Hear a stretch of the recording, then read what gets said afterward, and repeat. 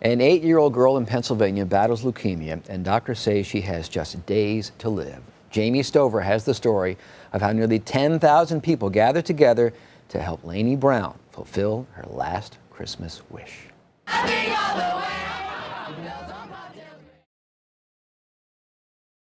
But this next story is the one that will outrage you, and I will tell you that we're just going to show you a generic video of pelicans and not the actual victims. You'll be glad about that when you hear the details. In the Florida Keys, wildlife officials have found brown pelicans with the pouches in the bottom of their bills slashed open.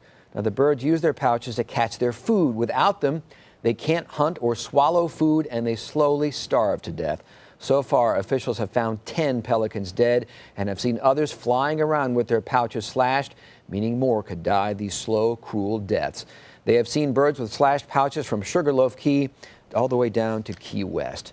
More bad wildlife news. About 1/7 of all of Florida's manatees died this year. The 803 deaths so far is the most since record keeping began in the 1970s.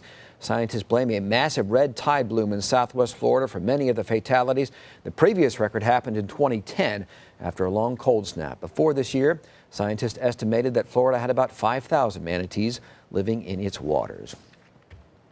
All right, a better story now. Jessica Namath, the daughter of legendary quarterback Joe Namath, lost her dog 5 years ago. Namath says her Shih Tzu, Tula, disappeared from her backyard in Jupiter. This week, the dog showed up at an animal hospital in St. Petersburg, and the dog's ID chip told them whose it was. Namath and Tula have reunited. Well, you might have noticed Suncoast roads full of seasonal visitors. Here's one reason why: a storm up north that knocks out power to hundreds of thousands of people. That story and more as we continue.